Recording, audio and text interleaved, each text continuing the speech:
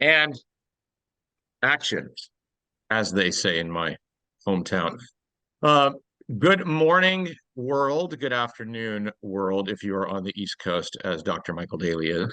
Uh, this is Jonathan Fite, and I am a CEO of Beyond Lucid Technologies, and I am thrilled and humbled, I will say, to be able to have a conversation today about topics that are extraordinary and urgent, emerging, and essential.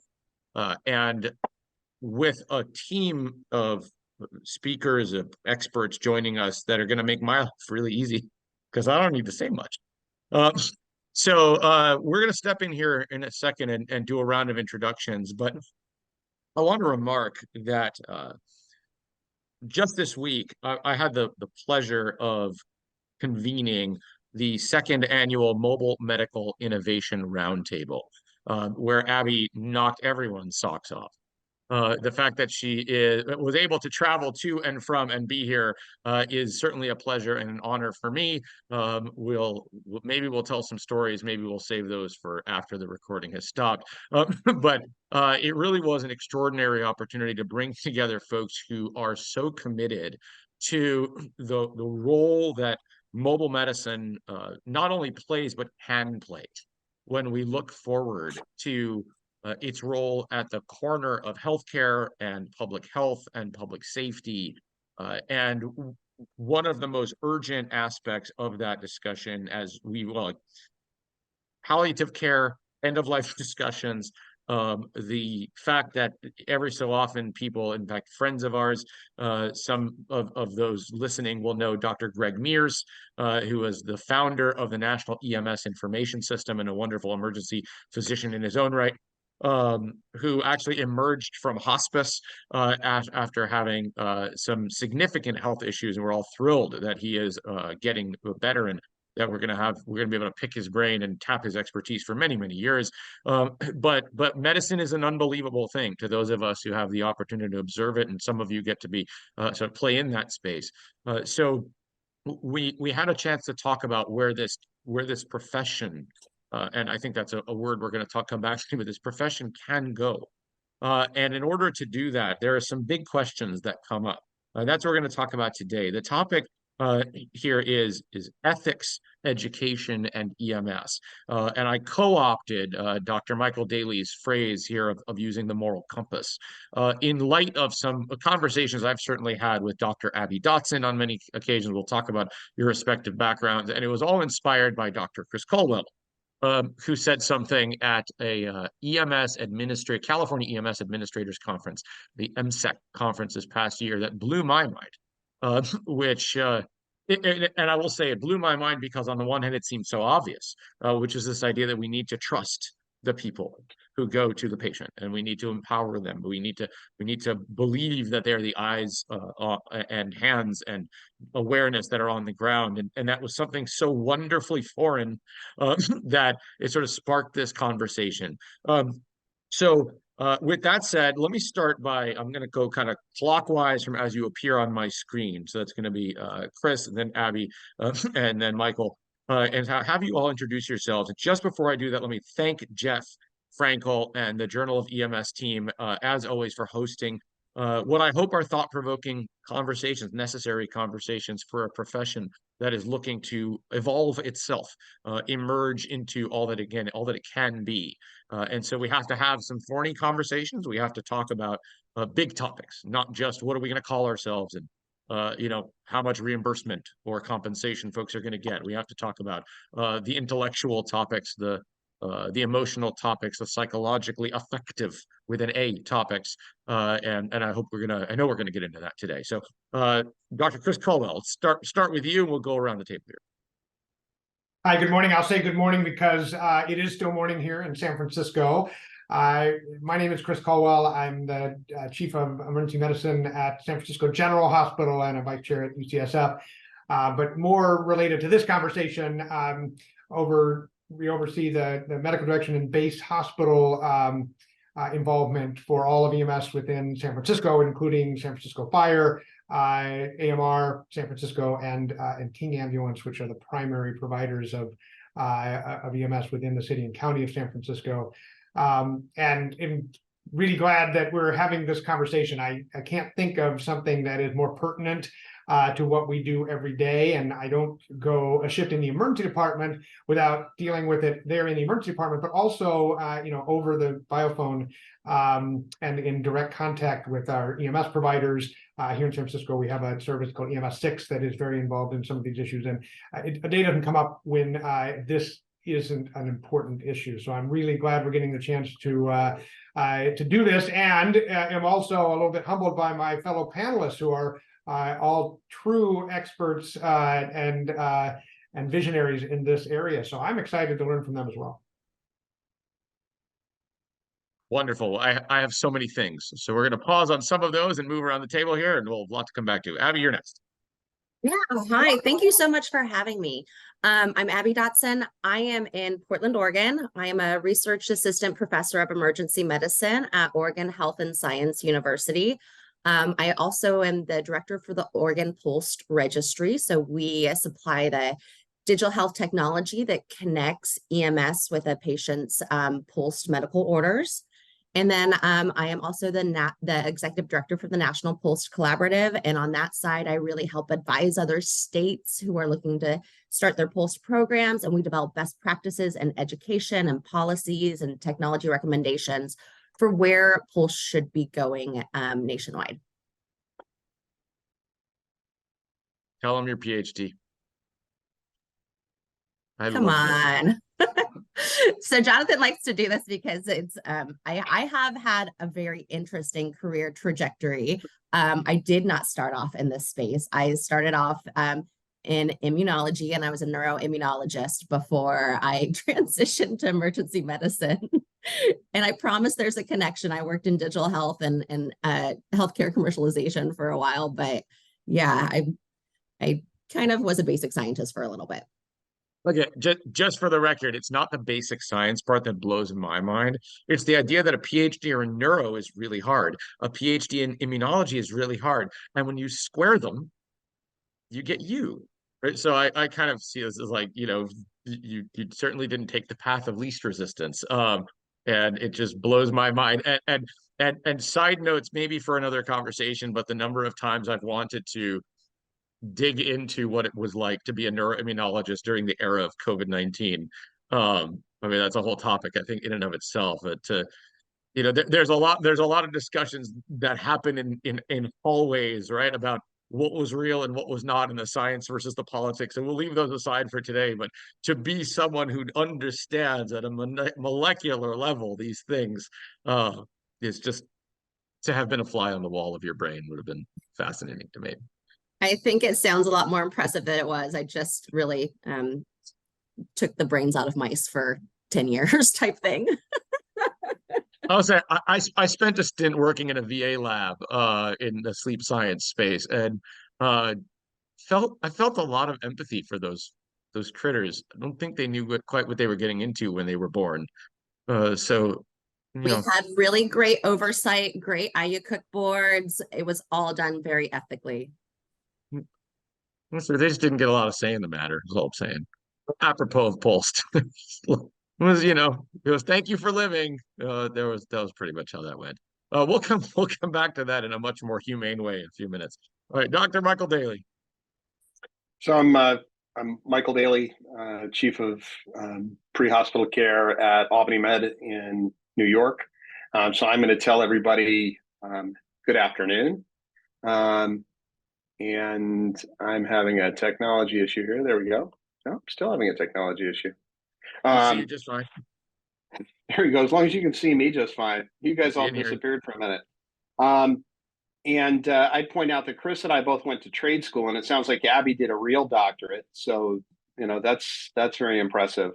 And I can't think of a better idea than someone ending up on a national pulse program after facing COVID-19 as a neuroimmunologist. So that makes a ton of sense to me. See, it wasn't just my admiration. There's a relevance to this. We're going to come back to it. All right. So again, I having had some background on each of your perspectives on these matters, I'm going to sort of point to each of you and want you to one sort of level set for how we come to this conversation, because as we go through it, I want to steer us back towards the conversation. Actually, Michael, as you just mentioned, sort of the appropriateness of this. Once you connect a couple threads in what mobile medical professionals do every day, I find it fascinating. I mean, I love talking to all of you. I love having conversations like this. I find when people talk about EMS as a young discipline, and I use EMS in its broadest phraseology here, by the way. I'll interchange with that in mobile medicine. Michael, we did lose you now. Are you still there? Now he went dark. Be back in a minute. Okay. But I use it to encompass fire-based EMS, emergency medical services, critical care, non-emergency medical transport, community paramedicine, sort of and certainly private, public, the gamut. So there is so much talk about the fact that mobile medicine per se is a young discipline in the 50-year range or so.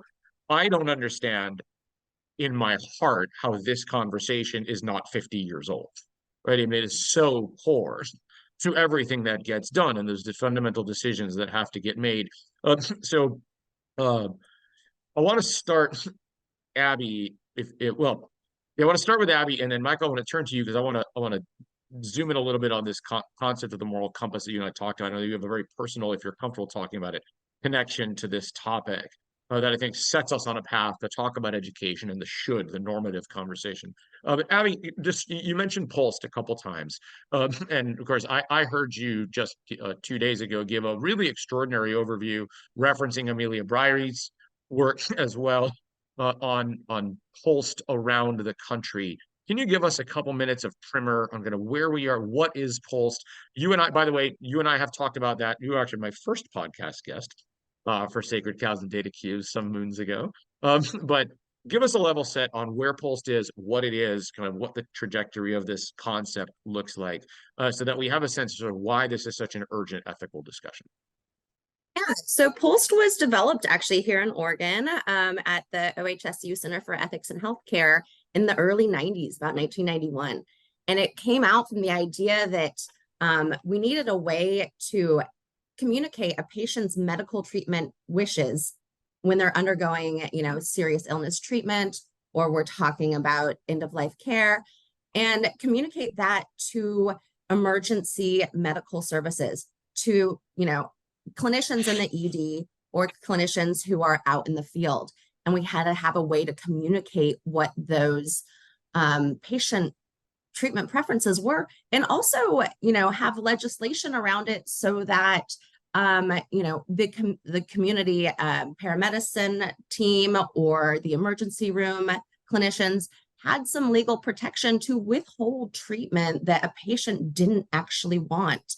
And so that was the idea of PULSed, coming out of Oregon in the early 90s.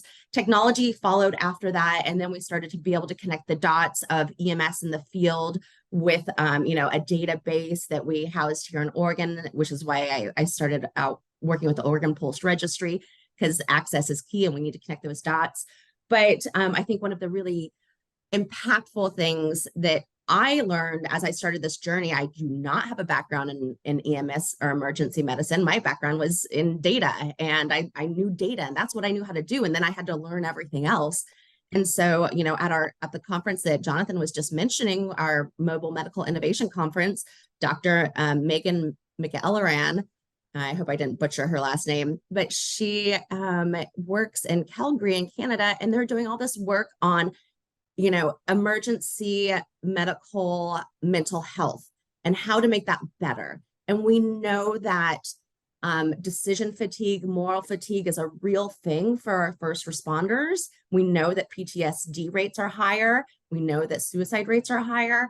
And this is one small tool. PULSed in itself, a portable medical order, is one small tool to give them more information to make decisions in the field. And it gives them a peace of mind of being able to know that they're acting the way the patient wanted and they're giving concordant care. So I'll stop there and see if anyone else wants to add in, or if you have any follow-up. Yeah, I think we'll add to that. I want to look, Chris, and then Michael, to you, because Abby, I think, just again, she does an extraordinary job sort of level setting where the country is from a clinical technical perspective. Um, but you guys interface with the public on a daily, many times a day base, and I think it's interesting because obviously, besides the fact you're in different states now, right? Both very busy, very complex legal environments to work in, California and New York. And Chris, starting with you, you've also been in other states, right, as well, Colorado, I believe. So which has home rules and a whole other different political environment. So starting with you, Chris, and then going to you, Michael. Can you level set for anyone who may watch this, realizing some are clinicians, some may not be, some may be interested family members, advocates. We're going to share this with the compassionate care community. Level set what today's status quo is, because I will just say, by way of 5 seconds on this, when I first met Abby, our very first conversation, my mission in my organization is to connect ambulances to hospitals and their ecosystem. And I remember when we first had a conversation about Pulse, I said, what am I, how does this have anything to do with me? Right? These were palliative care form. And her, I mean, it's one of those sort of life rocking moments I'll never forget. She said, but EMS can't get them. Right. Or EMS don't have access to them in the moment if you're in the Whole Foods, right? And so explain a little bit about what you experience when folks have gone through the process of codifying their wishes. What does that look like in reality as a patient? And what burdens does that put on families? Sort of unpack this concept for us, because the form kind of goes by the wayside if you don't know what we're talking about. But and in different contexts, right? Here versus Colorado, for example, how those are different. We'll go to New York first. Yeah, you asked the question, what is status quo? And I would say status quo is chaos and confusion. And part of it has been self-induced, right? As we have introduced so many different aspects to this, there are many layers of this concept. And I think one of the first things that we have to accept, and this gets back to the comment that I made that just got your attention, because I keep coming back to that, is that, Pulse is a wonderful advancement. And as you know, we've had things like advanced directives for quite some time. And we have different words to describe different levels of this as well. But as you already pointed out, different states have different rules, different, in some cases, even different counties within a state have different approaches and different rules to this. And keeping track of all of that can be difficult. I've been here in San Francisco now for almost 8 years, and I'm still learning some things about some of these aspects to it. And so this is a complicated, difficult process that brings in medical, ethical, moral, and so many different aspects to it that, in my mind, the more we try to, we have to try to bring information forward so that people can make informed decisions. But we also have to recognize that each individual situation is going to have some aspects to it that can't be be conscribed ahead of time. And so, in my mind, what we need to do is take advantage of the efforts that Abby and Michael and many others are making now to inform our particular EMS, but also our emergency providers in the hospital as well, of what's out there, and how they can approach this and know when they're handed a Pulse or an advanced directive or a written, just a note that was written a week ago, and they've got family members there in the scene, and there's so many different aspects to it. We've got to do everything we can to inform and educate those of us that are facing this, and then empower them to make decisions based on what they have in front of them. And I think the more that we do things like this, where we're trying to navigate some of these difficult decisions, and then recognize that one in front of you tomorrow, later today, later this week, is going to have some different aspects to it. You're going to need to be able to adjust to that situation. And so I love that we're doing all of this. I think it's critically important, but we also need to recognize that nothing we do is going to be able to make an objective decision for every single situation we face. And these are so complicated. Let's embrace that we have this information and recognize that we're going to have to make a decision in front of us, which can be tough. So let's talk about it now so that it's a little bit easier.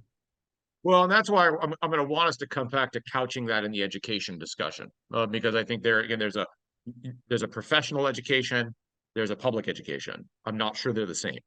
But I think being able to bring big thinkers together and identify the gaps is a pretty strong start on that, because I am finding you mentioned certainly Abby and Michael. Person that comes to my mind all the time is Peter Antevi in Florida, who does a remarkable job of talking about the canary yellow form and has given whole webinars about the inability to get these necessarily timely or identify which one is correct and which one is, make sure you get the chronology right.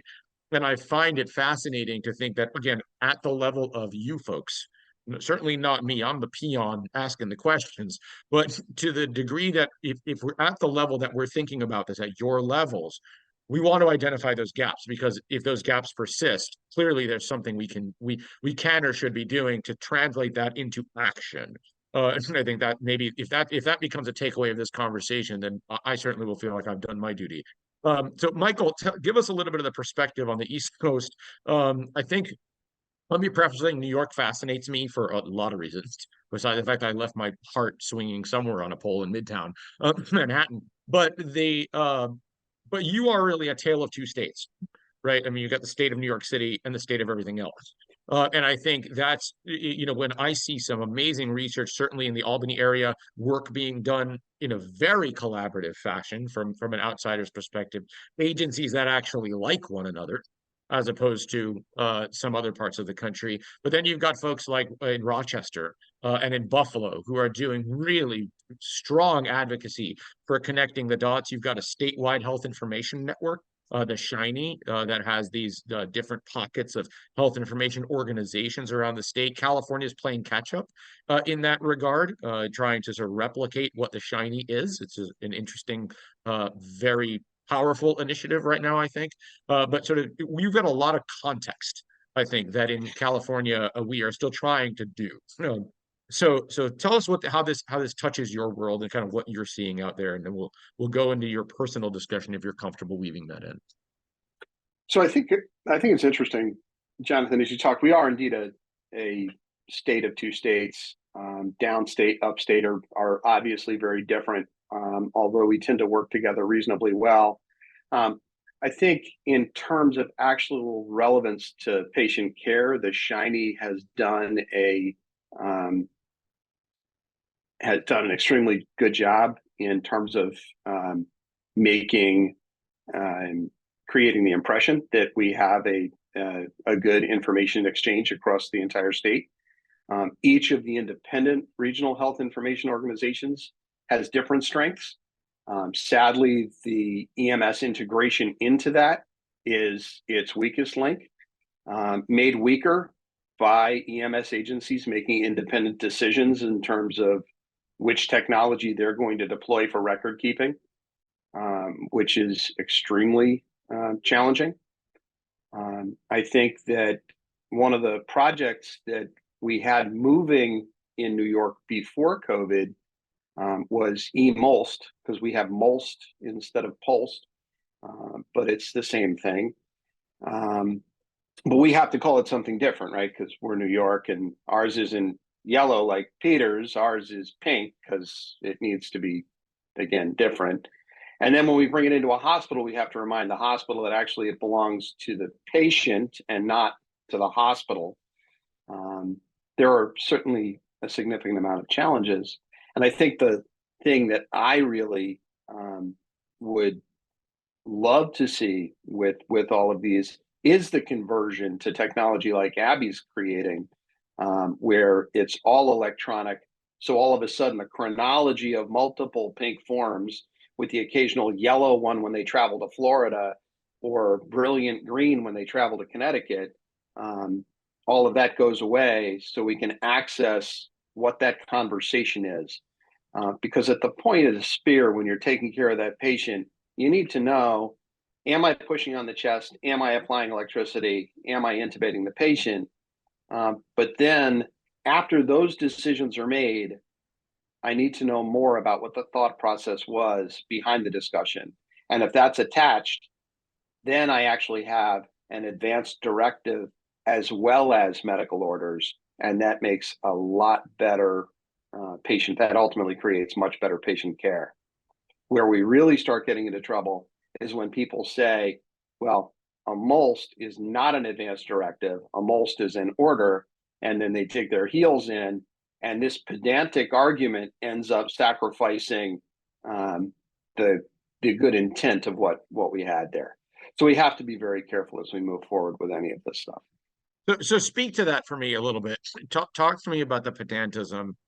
And again, I think there's three threads that I want to pluck here. One is tell me more about the heel digging.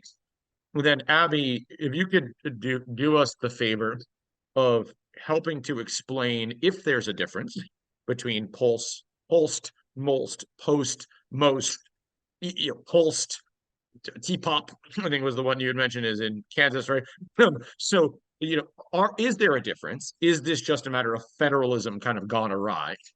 And I want to bring this back after those two to you, Chris, here in California, because I want to talk about Assembly Bill 133, which establishes the legal framework in California, not just for interoperability, but with EMS, but establishes sort of tucked into it the legal basis for a statewide pulsed framework. And I'm going to bring in a case example, just cue it up, from Cedars-Sinai down in Southern California, where I saw firsthand what can happen, both with my family, but also in talking to them, what happens when the expectations are misaligned. And so that's kind of where I want to go here, because I think the pedantism, Michael, is such an interesting place to start. Kind of whether the barriers are real. The word that keeps coming in my mind, again, I'm just going to cue this up so that you get thinking about it, is hospice, right? And misunderstandings about the differences between EMS, hospice, pulsed versus advanced directives, sort of these things that are, as engineers, we hate separate but similar. But that's kind of seems to be a lot of what we're talking about is, are we splitting hairs, or are there real reasons for these conversations to result in people saying, I need to go down a path? So, Michael, tell me more about the pedantism. Then, Abby, I'm going to ask you to sort of tell us whether that's real and go from there. I think there's two different things. One is a journey, the other is the destination. And if we look at the pedantism of, is it an advanced directive? Is it a MOLST? What is the most appropriate to use for that patient, or should it have been something else? Then we miss the destination. And the destination is, what does that person really want at the time we are providing care for them? And that's without getting anywhere near what is the medically appropriate thing, right? That's going to be something different. That is also a long conversation. But at the end of the day, if we focus on the destination, walk our way backwards as we're taking care of any patient, then we ultimately will be doing the best thing for that individual. So, and then, before I transition into, again, sort of digging into the technical details, do you mind telling the world a little bit about your personal experience with EMS and health and end of life and things like that, and some of that moral compass conversation? Are comfortable to you? So it's a bit, yeah, that's a bit close, well, but I think it couches that. No, it's less that it's close, but it's another that what we're doing so far is a series of rabbit holes, right? And we're actually heading in a completely different area right now that I think is going to walk us away from what Abby has. The long story short is my father had a cardiac arrest. When he had his cardiac arrest, he was a stubborn old coot of 90 years who owed the world nothing, and the world owed him nothing. He was a great guy, but he never had any interest in being a DNR. And when we called 911, or my mother called 911, I got to listen to this over the phone, which was awful. The police officer showed up, did an excellent job of CPR, excellent job of early defibrillation, and the ambulance never showed up. And the ambulance still never showed up. And then finally, not quite a half an hour later, a neighboring ambulance showed up with some ALS support, because unfortunately, and this is where the moral compass comes in, the ambulance agency itself didn't have the ability to do its job. And the community believed there's an ambulance in a garage here on Main Street. Therefore, we're protected. And the agency said, well, we're here and we're volunteering, therefore everything is good in our community. But nobody really checked to see whether or not the job that was needed could be performed. And because of home rule within that county and 60-something different public safety answering points within that county and multiple independent agencies, there is no single solution. And the individuals living in that county remain in that situation today. So let me just say, first of all, I personally feel extremely sorry for what you went through. And I promise you I will stitch the rabbit holes together. To me, this all comes down to the real. And this is sort of my crusade these days. Being with San Francisco as a backdrop, I'm about 30 minutes outside of San Francisco, but there are a lot. My wife actually is working in Oakland today. There is, I think, is why I want to transition to Abby, sort of unpacking the slices, is that it's all theory until it's not, right? Until you pick up the phone and someone's expected to come and do something. And then it becomes a question of, do they know how to? Have we educated? Can they make the decision? When Chris blew up my brain at this MSAC discussion and saying we need to trust people, can't trust somebody to do something they don't know how to do. And so, or that they don't have the wherewithal to do, they don't know they need to do. And I think there is again, Chris and I operate in the backdrop, and Abby mentioned technology and data as well, but we live in the pulsing heart of technology for the world. And yet there is presently no health information exchange in San Francisco. So we need to understand where the books and the websites and the theory sort of the rocks of reality and starts to crash. And to me, Michael, your discussion of, like you say, it's sitting in the garage, therefore we assume certain things. That's as real as it gets, tragically, sometimes. Sometimes it ends up working out for the positive, sometimes it doesn't. And so to me, that's where all the rabbit holes converge. Because the truth is, I think so many of these conversations stop in the rabbit hole. Someone used the analogy at our roundtable about the first barrier you encounter, you stop. And you basically say that there's something in the road. Rather than go around it, go through it, or take a chainsaw and chop that tree down, you just say, I'm going home. And something real happens on the other end, because that the juice was worth the squeeze to get through it. And I don't know that we have that conversation enough, but that's the ethics and that's the education. And I know there's a lot of winding roads to get there, but as we get towards the end of our conversation today, I'm going to stitch those together and ask you how we do that. And so I wanted to sort of lay the foundation of fact these are not simple. These are very complicated topics. To the point that you mentioned, but at the end of the day, it's far more important, at least in my view, than the acronym. It's the end result. And so, as you mentioned, the destination, not the journey, but we need to understand what the roads look like to know what roadblocks are going to be there and be prepared to get there. I don't think as a discipline we are yet. So thank you for sharing the story, and I'm sorry for your loss. But nevertheless, again, this is maybe, if it's not in vain, if your experience and your family's experience helps to lay a normative foundation for what we should be teaching people, and why we need to get these conversations to the depth where they belong. Abby, tell us what's real, what's not. Why is this not? Why do the colors matter? Why do we need to have the different names? Is this just something we're going to get over, but it sort of came up in pieces, or is there a real distinction reflective of differing healthcare needs in the communities?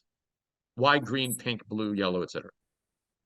I think that there are probably 16 different names across the nation of how we call these portable medical orders. On the national side, we say PULSed, and we're no longer using that as an acronym. That is just PULSed because that is the recognized word, but it's a portable medical order set.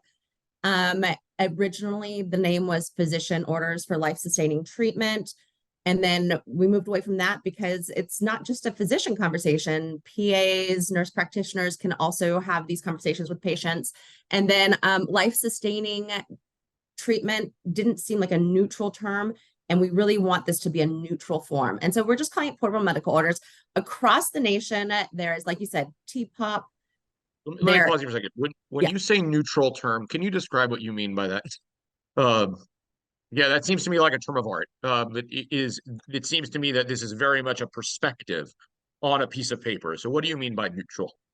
Well, when you hear the term life-sustaining treatment, what does that mean to you? What do you think? Keep you alive.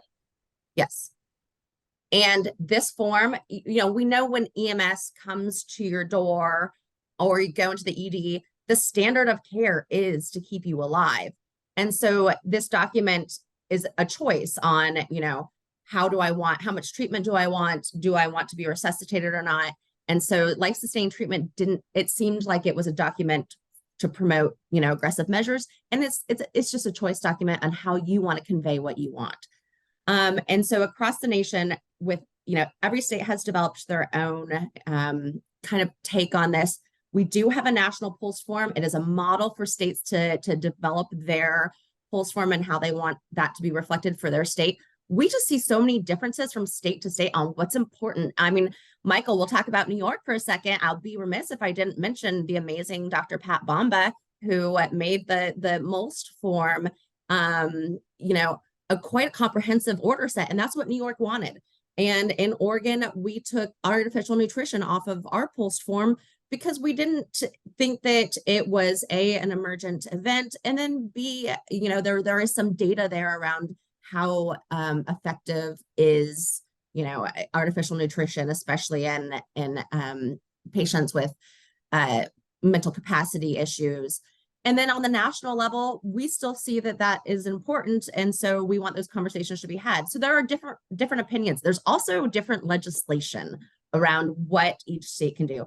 On the federal level, it'd be great if we could have this one size fits all solution, but we made a bit of a movement with that. And there's so many differences on the communities and what's important to the communities from state to state that's just not going to happen right this very second. And then, but when you get down to, as I'm going to, talk about the data elements, it's really, all the forms are still very similar, maybe with the exception of New York, so you guys have a few more choices. But in general, the data elements are demographics, there's a CPR, DNR section, there's a medical order section, and then there could be some add-on for, artificial nutrition. I think Washington still has antibiotics and IV fluids on their form. In general, though, the data is still very interoperable, and we have a minimum data set that we've developed. It's an HL7 CDA minimum data set that we developed with the ONC, and that's really pretty interoperable across states. Awesome. I'm glad you mentioned the education bit. So Chris, let me turn to you first. Excuse me, the HL7 bit. I think it goes to education. So first of all, for anyone who's unfamiliar, ONC stands for the Office of the National Coordinator of Health IT. That is a federal office inside the U.S. Department of Health and Human Services that essentially sets policy for interoperability and standards around health, electronic health records, and health information exchange. So, Chris, I promised I would sort of bring it back here. I think California is interesting. Remember, everybody, we do nothing wrong in this state. Don't ever question what we do in California. So the education bit is fascinating when it comes to even things like electronic health records. And I kind of want to look to, again, sorry. Mike, let's come back to that. Let's unpack that comment in just a second, if we would. So Chris, I promise I would, again, sort of use a local case study, and I'd like to get your thought on, again, how we engage the public. And the public can be clinicians, right? Those are members of a public, right? They exist. I think it's an interesting thing at speaking to clinicians, by the way, that we like to talk about clinicians as if they don't have families and they don't experience trauma and they don't experience all the things that are right. And so you are members of a public as well. So when I think about Southern California, I had a couple run-ins with this ecosystem. My father-in-law passed a couple years ago of cancer. He lived in Los Angeles. He was involved in a Medicaid plan. So there were a lot of questions around what he could have versus should have received in terms of care. And I'll leave the plan nameless, but nevertheless, there was the question of whether he was being routed to the right path. For example, hospice versus something else. Was he sort of being shuttled out of the healthcare system because, of socioeconomic questions? Around the same time, I had a fascinating conversation with some folks focused on health IT and innovation at Cedars-Sinai Medical Center. Clearly one of the best known and best reputed, for very good reason, healthcare systems in the world. I think we can, not a lot of folks would disagree that Cedars-Sinai has earned its reputation. But they made an interesting statement when I asked about pulsed interoperability with EMS. And so tying it back to the HL7 comment that Abby made, I think this is again where it hits the road. And Mike, to your point about rabbit holes, the rabbit holes start to converge or something. Because I don't want you to think these are random. I really want to understand how these lines converge. In this extraordinarily well appointed hospital system, right? Very well reputed, very connected, with a lot of resources, right? Cedars-Sinai is not a poor facility. They talked about housing their patients' pulsed forms in their Epic electronic health record system. That's an HL7 based system. It ties in with these ONC standards for interoperability. And I expressed that being I think they're a level 1 trauma center, strikes me as right. But if not level 1, level 2, but clearly they deal with all kinds of things, cardiac and surgery and all the things. I should have looked that one up before the call. But they have an emergency department. They do very high level work. And they said they house their patients' records, the pulse and the EHR. And I said, but you receive ambulances from all over the county, right? And all over Southern California. What if somebody was a patient somewhere else and was transported here for the appropriate level of care, and you don't have their wishes represented because you've never seen them before? You would if they were there, right? But you've never seen them. They're a new patient. They're a visitor to Hollywood who got hit by a car while crossing Hollywood Boulevard against a light because they thought it was New York City and they could just cross the street, right? And so now you're faced with the idea that you have a patient who's effectively unknown. And there's an expectation, I think, among the public that when 911 shows up and 911 transports and someone rubs a lamp and the blue genie pops out and sings a song and all the things are known. But how do we educate on the reality of all the pieces that need to come into contact and align there when at the massive hospital system with all of its cool technology, they had a misunderstanding around what they had access to and didn't? I mean, how wide is this gulf when we're not even talking about the patient's family yet and understanding the difference between an advance directive, a pulsed, a living will, hospice care versus more aggressive and what options they have. And yet we have fully expert clinicians who seem to not understand how these forms work and what they have access to and not. What do the layers look like in your mind? What's the starting point for closing all those many gaps when, as Abby mentioned, there are already standards that exist, for example, at the federal level, and a lot of work being done in places to do this? Long question, sorry. Yeah, long question with many layers also. I guess I would answer that question by saying that we've got to stop depending on the medical system to come up with these answers in what I would describe as a vacuum. I mean, we stumble over ourselves all the time. Even some of us who spend an enormous amount of time just on this topic still have a lot to learn about some of the nuances of this. So expecting any health system to be able to get their act together enough to really put this together, I think is too much. And so it gets back to, I think, an earlier comment that you described is we need to be talking about this on the community level. We need to be talking about this with our EMS providers as they interact with the community in a lot of other situations. Has anybody ever considered asking, what are your wishes when they come in with an ankle sprain? Now, granted, that's an extreme situation, but if that question just triggers the next discussion with their physician, the next thought processes of are there other options out there, And I think, Michael said something earlier that is so critical. This is all pieces of information that have to come in to make a decision. And there are many aspects to that decision. What a patient wants is so important, and understanding what a patient wants is so important. And we also have to make medically appropriate decisions. So whereas a patient might want everything done, their understanding of what everything done means, I have a conversation almost daily with, you realize that when you talk about everything done and the different machines and ventilators and those type of things is nothing but pain for your family member.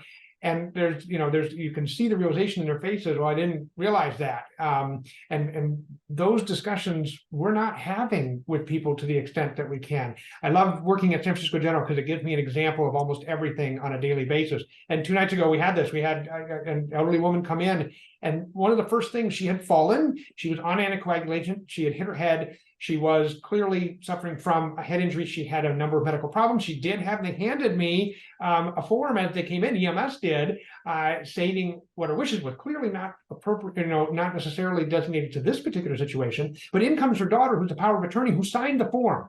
And when she saw the form that EMS handed me, looked at it like it was the first time she was seeing it. And by the way, they didn't speak English, and it was all written in English. And so all these different aspects of it, she clearly, once we got an interpreter in there, had not understood what she was signing. And so these are just one example of how many different ways the system can be confusing for people. So one of the things we have to do, have these discussions, talk about, educate all of us on things like PULSed and different versions of that. What does those mean? What does advanced directive mean? What does DNR mean? Michael brought that up in the chat. And have a better understanding ourselves of what to do. And then also say, each situation is going to require us to empowered to make decisions with a lot of nuances here, and recognize that we won't be able to write a protocol that says this is how you handle this situation, because they're too different. So let's understand these different aspects. Let's have access to this information, and let's know not only their benefits, but their limitations. And I'll say it again, I'll finish every comment I make with, let's empower our EMS providers and in emergency, certainly in the emergency department as well, to make decisions based on all of this information coming together in the situation they have in front of them as to what is most appropriate for that patient based on their wishes and based on what that situation is bringing to bear. Well, and I'm so glad you mentioned the health equity bit. I was actually going to steer us, make sure we addressed that as well. The language part is very real, right? So gosh, I mean, again, the way that you describe all of those connections is both so aspirational and on some level feels like something we should have started talking about yesterday. Let me clarify. When I mentioned a particular healthcare facility, it was certainly not to pick on them, by the way. It's rather the opposite, is to note that if an organization with all of these resources having this challenge, imagine what the critical access facilities in the middle of the countryside is having. They're struggling with that just as much without all the necessarily the expertise in-house to be able to make those connections, understand those realities. So this is a real issue. And I was glad, Abby and I have had many a conversation around this article from the New York Times, to bring it back into Michael's hood, called "Filing Suit for Wrongful Life." And I think this sort of rocked the PULSed world a couple of years ago when it was talking about, or during COVID and in general, the idea of patients finding themselves being treated before they could express their wishes. So when you talk, Chris, and I want to look to Michael if I would, but again, there's no specific order to this. Feel free to chime in as you do. And Abby, that goes for you as well, please. When we look to the conversation about how to educate, what I hear you saying, Michael, and again, I experienced this firsthand with my father-in-law, who was a Mexican man suffering from cancer. He certainly spoke English, but English was not his first language. I think what he had is no knowledge of medicine in any shape or form. So to the degree that if someone said, "What do you want to do? What would you like to have?" he would not have known his options, let alone how to understand what those options are. I think the we all know that there's so many PSAs out there about don't clam up when you talk to your doctor, right? I mean, the power dynamic between the patient and the physician is one of I defer to you. What should I do? And they don't necessarily know all the options.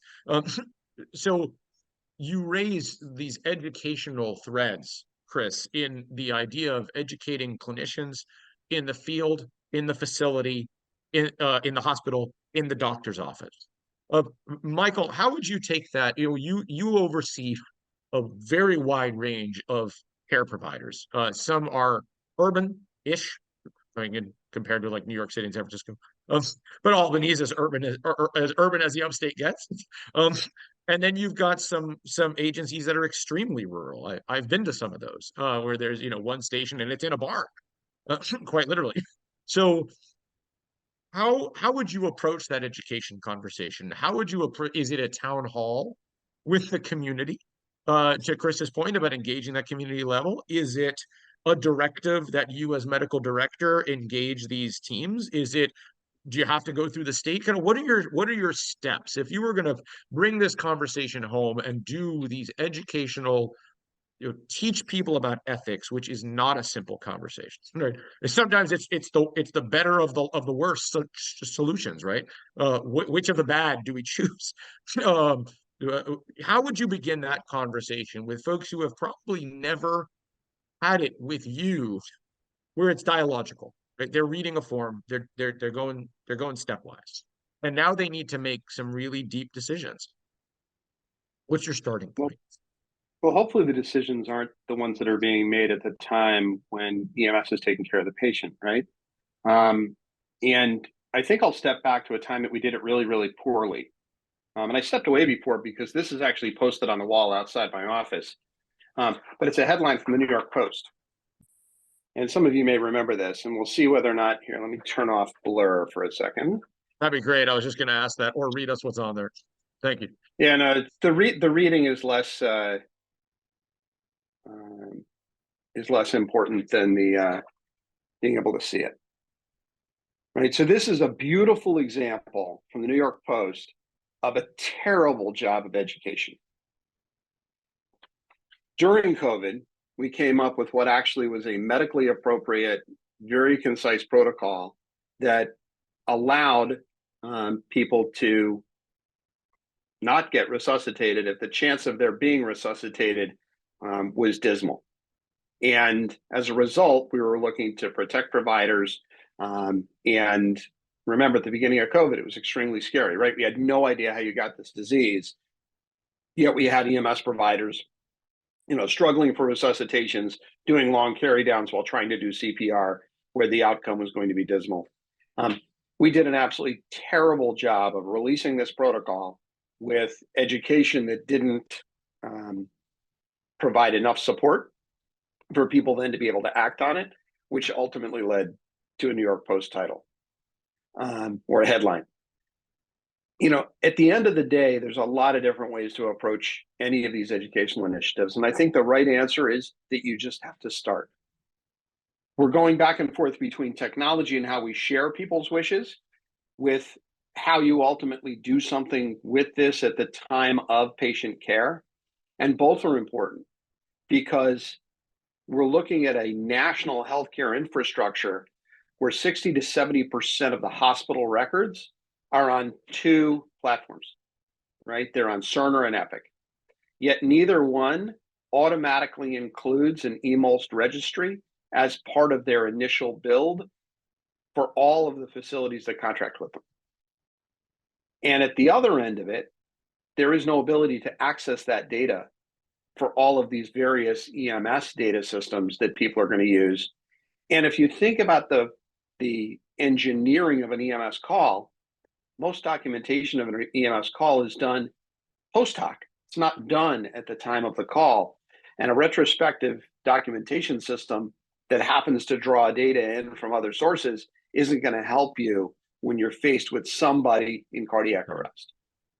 So there have to be two different approaches to getting that information. One designed for the hospital environment, one ultimately designed for easy accessibility in a mobile medical world. And we really have to make sure that we are going to give people the support that they need at the time when they're providing that care, be it calling Chris, calling me, calling our partners. We're ready to help people, guide people through that experience as necessary. Thank you for that. And clearly we're pointing, well, all eyes and arrows are pointing at Abby on this. But I want to add one additional piece into this conversation, if we could, as we get towards the top of the hour. And by no means that I think we were going to cover everything in this session, but hopefully we've laid a lot of groundwork to either have a part two or have many parts with different groups as we talk about it. But Abby, there's a lot, obviously, that Michael mentioned there in terms of interoperability among systems.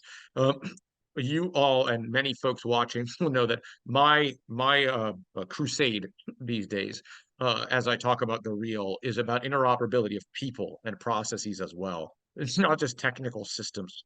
But sure, Mike, I'll try to get through this real quick, and then I defer to Abby. But I know some of you will have a chance to meet. You'll have a chance to meet one another and hear from Abby at the National Association of EMS Physicians coming up.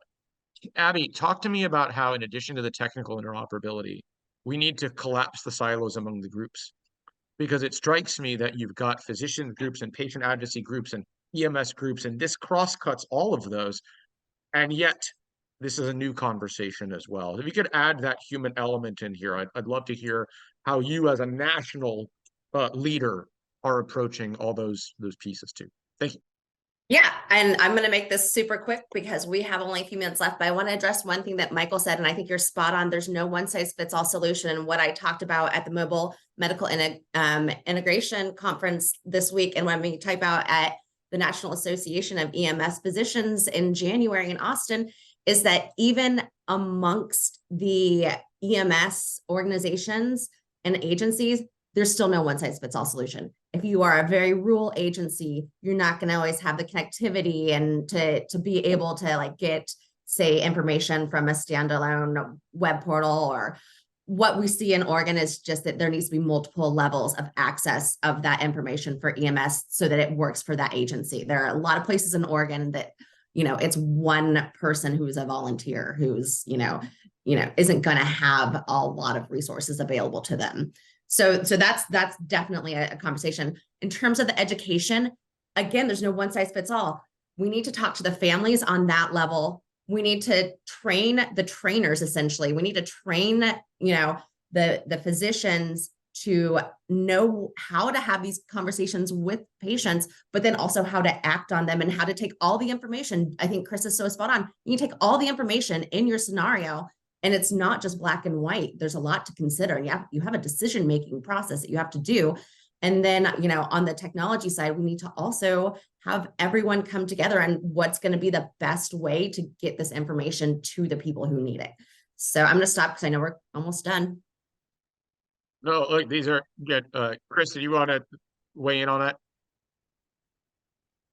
Yeah, because we know that these situations, we really can't have meaningful conversations on these types of issues in the heat of the moment, right? I mean, there's just too many emotions involved, too many things going on. So that's why these discussions have to happen beforehand. And bringing this all together, we're saying we need to get this education out. We need to get education out and focus on EMS providers in the community at large to really be able to understand these issues, because in the heat of the moment, it will not happen. And can often deteriorate quickly when we don't have either we have partial information or don't have enough information. So that's why these kinds of events are so important, and how now our challenge is to get this out even more so into really a community awareness. Absolutely. And the education on the palliative care, primary care, hospice side is totally different than the education for the EMS side. That's a great point. Indeed. So let me say, as we close out here, and I want to be respectful of everybody's time, my objective with this conversation, and for anyone watching or taking notes, watch it again later and bullet it out, is essentially to create an outline for that education. I hope we've touched on a lot of it. This is a conversation that needs to happen before the moment. That's sort of the summary takeaway from everybody here. But it is not a local issue either. And I think that's one reason why I was so thrilled to have you all represented. This is cross country. It's the spaces in between.